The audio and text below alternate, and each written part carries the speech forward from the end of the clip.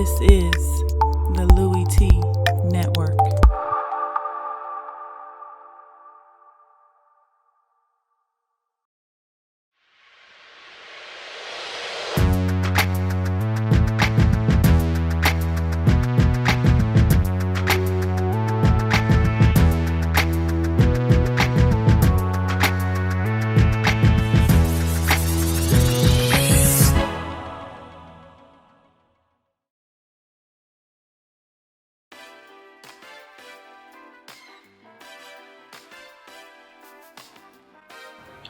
Who else could it be? Me, your me, Louie Tee. Welcome to the 2017 NFL Draft Prospects 101 series, your guide to some of the biggest and hottest names of the 2017 NFL Draft. We're talking tight ends, and if you're talking explosiveness, if you're talking about having a dynamic ability to make defenses pay when they make a mistake at the tight end position, and you're talking about the next target, one of the most prolific pass catchers in all of college football at the tight end position. This is a guy that can get it done not only in the red zone, but outside of it as well, due to the amount of speed that this guy possesses. I'm talking about Ole Miss tight end, Evan Engram. Let's talk about his pros and why I think this guy is another steal at the tight end position. Probably won't come off the board in the first round, but this guy will be a selection day 2 and will help a team immediately.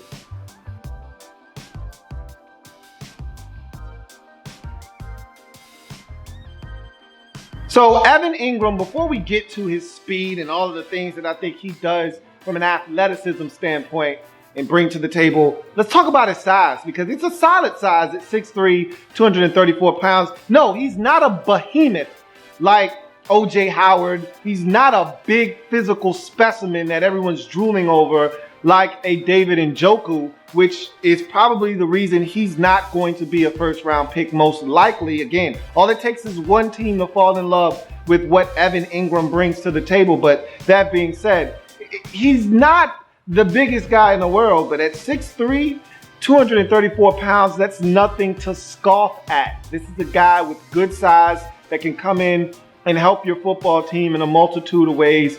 He's a much better receiver than he is a blocker. We'll talk about that a little bit later on, but make no mistake about it, this is a guy that competes as a blocker. And again, that's something that I can admire. And his size allows him to at least have a say in what goes on a play.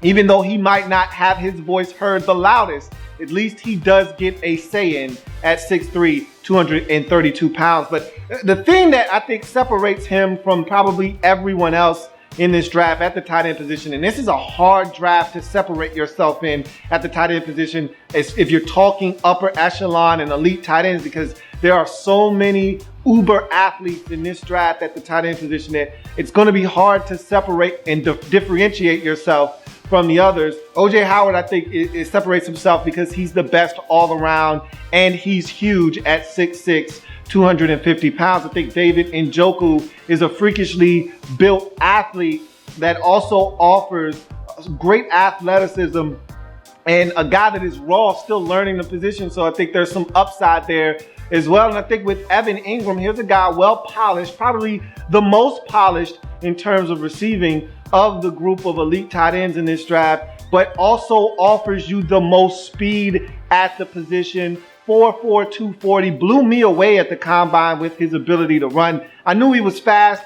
I think the first time he jumped on my radar was 2015 Oak State Bowl game, where Ole Miss just absolutely obliterated Oak State, jumped them in the first half. They didn't know what hit them. Evan Engram was a huge part of that, as he was monstrous in the first half of that game, just lighting up the Oak State defense. And so I think that was the first time he really jumped on my radar as far as how good he could be and how much speed he possessed, but I had no idea it was this much of it. This guy is uber fast, and when you watch him on tape in 2016, there are a couple of times where he showcases that speed, where he gets behind a defense and they're nowhere to be found. And he's one of those guys, again, you take a false step, and I talked about this with David Njoku, you take a false step up towards the line of scrimmage and you fall asleep as the last line of defense, and you too can be got with a guy like Evan Engram and his pure, unadulterated speed. So this is a guy that can hurt you with his ability to run. But also, I talk athleticism. When I say athleticism, that is all encompassing. That doesn't just mean you're fast, because you can be fast and not be a great athlete. This is a guy that can jump a 36-inch vertical, and he can use it, and you see it translate. Sometimes we get caught up in all of these numbers, but what do they really mean? How does that apply to football? Where does this actually come in handy? Who gives a damn if your short shuttle is great? Who gives a damn if your vertical or your broad jump is excellent? If it doesn't translate to the field, how does this help me? This 36-inch vertical, you want to see it in action on the field. Turn on the Georgia tape. Watch him go up and get the football in the end zone and snatch it away from a defender for a touchdown. That's what he can bring to the table for your team. You struggling in the red zone, you need a guy you can throw it up to and say, hey, big boy, go get it for me. Here's a guy that can do that for you at the tight end position in Evan Engram. So the athleticism and the speed is on display with this particular tight end here in Evan Engram. You go to his next pro, vertical threat and burst. And I told you that every tight end that's elite early in this draft has that ability to stretch the field vertically and has a burst. When they catch the football, you're amazed at how these big guys can turn it up that fast, that quickly, go from 0 to 60 in a matter of 3 or 4 steps. The next thing you know, your linebacker is getting smoked. Your cornerback, who is supposed to be the fastest guy on the field, is having a tough time catching up and using an angle to push him out of bounds. And that safety doesn't stand a chance. So these guys have the ability. And when I talk 4'4", 240, you're talking cornerback speed here. You're talking about faster than the safety, faster than the linebacker, and just as fast, if not faster, than most of the cornerbacks in the National Football League. So you're talking about a guy that if you make a mistake and he gets to top speed, good luck. You're going to need it. So the ability to run and be a vertical threat is apparent. If he gets up the seam and your linebacker and your safety, their eyeballs are in the wrong place. And we talk about eye discipline all the time. And if that eye discipline is not focused where it needs to be, all of a sudden now, Evan Engram, and he takes some very long strides. I like that about him. He eats up a lot of grass quickly. I feel like O.J. Howard takes little small steps, but he does it so quickly that he's moving. And at 6'6", even his small steps amount to big ones. But Evan Engram, he's a strider, takes long steps, and before you know it, he's on top of you and he's by you. So he's definitely a vertical threat.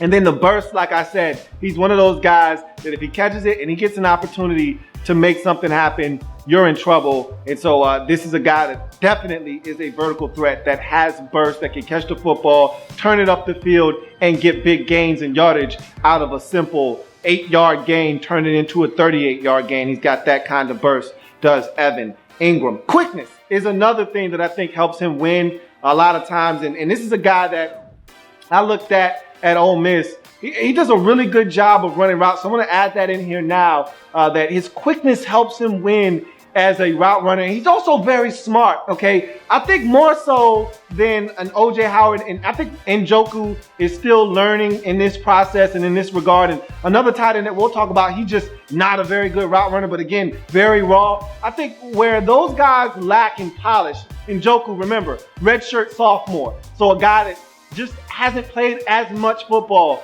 And another guy that we're going to talk about down the line is a guy that didn't take up football until his final year in high school, so very raw, rough around the edges in terms of route running, whereas Evan Engram in college, 4 years, much like O.J. Howard, knows when to sit down in zone. And there's a play against, I want to say it's against Auburn, where he sits down and it's a hot route. He knows that Auburn's going to dial it up here. They're in the red zone, and he's running a corner route. He breaks it off and just runs a stop route at about 5 yards, gives his quarterback a chance to get rid of the football out of his hands quickly to an inviting target in Engram, who's wide open because, again, they blitzed thinking that every route was going to be a lot longer and they would have a chance to get there. He's smart. He sees the blitz, runs and breaks his route off, catches the football, turns it up, gets into the end zone for a touchdown. He's very smart, understands route concepts, understands what the defense is trying to do, does a really good job of sitting down in zone coverage, very quick in and out of breaks. I think he does a really good job of running routes and exuding that quickness that I just referenced. And again, when you are a tight end, generally you're the quarterback's best friend. You're the safety blanket. You're the safety valve. You got to be able to read defenses, know what they're trying to do, know what coverages they're throwing at you, and know where you're supposed to sit, if you're supposed to keep going, and know how to run some of these choice routes so that you give your quarterback the best opportunity to win on that particular play.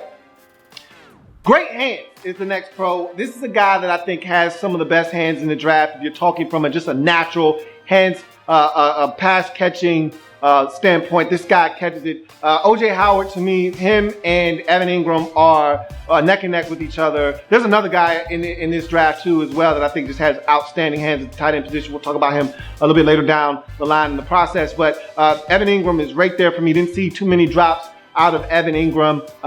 You're not going to see many out of him because that's just not what he does. He's a guy that generally catches the football, and I'll go a step further, catches the football in traffic. We go ahead and throw that in as another pro. This is a guy that, when in traffic, takes a shot, gets up, holds on to the football. I feel very confident that if you and his quarterback would put him in some very compromising positions. We know how it is when you got a big arm quarterback. They think they can fit every football into every hole, tight windows. You got a linebacker bearing down on you, safeties coming from the other side. You're going to take a shot. Your quarterback's like, hey, I got a big arm. I can fit it in there anyway. And so he puts you in compromising positions. But every time, Evan Engram would somehow either come down with the football or at least get his hands on it and not allow the defender to get their hands on it. So he's a guy that I feel good and confident that if I stick it into the breadbasket, knowing he's going to take a shot, it's 3rd and 3. I got to stick it in here quick. It's a tight window throw. He's still going to find a way to come down with that football. Rackster, he's a guy that can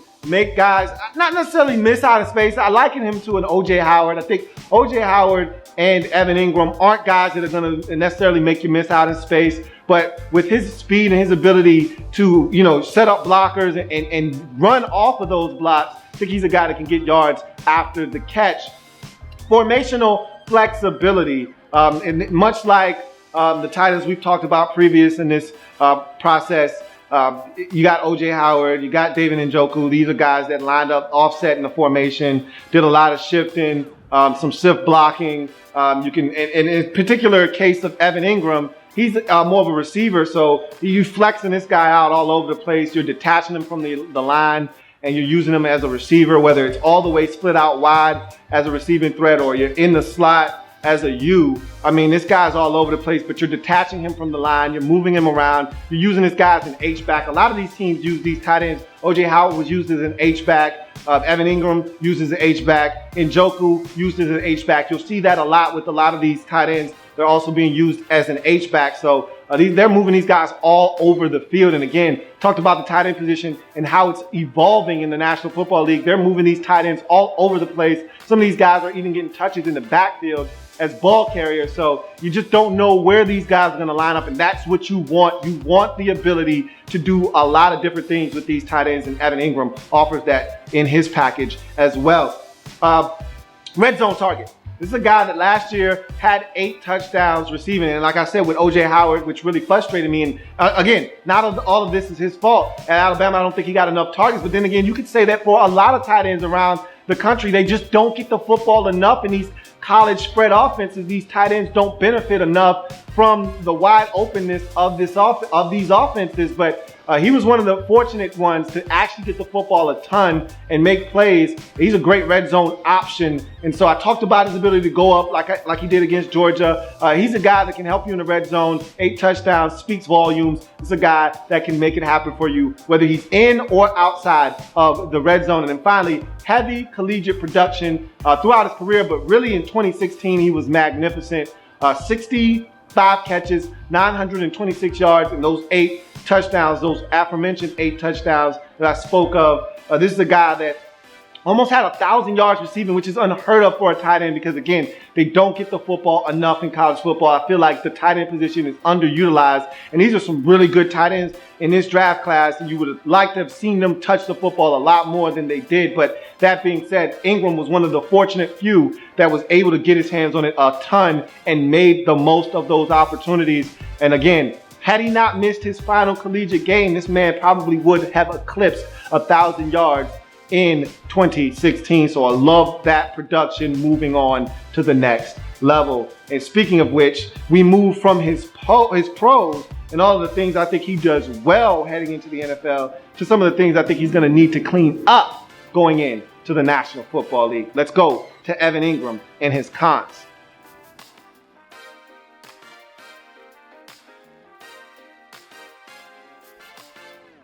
So I want to attack the elephant in the room with Evan Engram, and let's just go right at it. And it's the fact that this guy is more of a receiving tight end than he is a blocking tight end. Now, let me first preface everything that I'm going to say with this. He competes as a blocker. He's not one of these guys that doesn't want anything to do with blocking, that is disinterested. He's just undersized. He'll give you effort. He takes sometimes not the best angle, but again, he's a guy that you can work with. You can actually get him on your team and say, okay, give me this guy. I can work with him because he wants to block. I just need to show him some of the finer points of doing it and to show him maybe some tricks of the trade. He's not the biggest guy, so he's just going to be at a disadvantage sometimes. I'll give you an example. He's trying to block Carl Lawson of Auburn, and he just gives him a straight bull rush. I mean, absolutely obliterates him and blows him up, takes on the running back, and then gets to the quarterback. And there's really nothing Evan Engram can do. He's at a steep disadvantage in that particular situation where you just would love to see him be able to anchor down, but at 234 pounds, not much that Evan Engram can do against a guy that's probably 10 to 15, maybe even 20 pounds heavier and just more physically imposing. There's really not much he can do there. But again, there's situations where he'll cut you. He loves to cut guys. He'll compete as a blocker, but that is not his strong suit. That is not where he's going to make his money at the next level. He's a guy that does compete, but again, he is a receiving tight end, not so much a blocking one. And that's probably going to be something that may hurt him at the next level. We'll see how teams, again, if you're Jordan Reed and you don't block well, guess what? You're still one of the best receiving tight ends in the league. They'll find ways to get you the football, get you onto the field, and they'll even put you in situations where they try to get you to block. But again, as we've seen with Jordan Reed over the years, he struggles in that department, picks up holding penalties, does some things that will kill and stagnate a drive because, again, that's not his strong suit. We'll see what happens with Evan Engram at the next level. And finally, couple of Carfax reports for you in terms of injuries. 2013 had an ankle injury that kept him out of 5 ball games. So, I mean, 2013 seems like an eternity ago, right? But that's how long he was in college. His freshman year, 5 games missed due to an ankle injury. And then last year, he missed a game, his final collegiate game at that, due to a leg injury. It was not disclosed as to what exactly was wrong with him, but it was a leg injury nonetheless. He didn't play in the final game of Ole Miss's disappointing 2016 season, but nonetheless, still put up big numbers, 65 catches, 926 yards, and 8 touchdowns. So Evan Engram for me is very intriguing because of how athletic he is as a pass-catching tight end. This guy can come in and change the game. Remember how Hunter Henry came in for the Chargers last year and really helped them in their passing game, caught about 5 or 6 touchdowns and really helped the Chargers offensively? I think that's what Evan Engram can do, but on a much larger scale for some NFL team. He lands in the right situation, right offense, right quarterback. This is a guy that can help you in year 1 and help you big time in the red zone as well. That's Evan Engram and his Draft Prospects 101 breakdown. If it happens in the National Football League, whether big or small, we cover it all here on the Louie Tee Network. I got more tight ends. Come back and join me. Remember, you want to see me break down the tape of these prospects. 1,000 views, 100 likes in conjunction with each other will make it happen. I'll see you next time. Have a good one.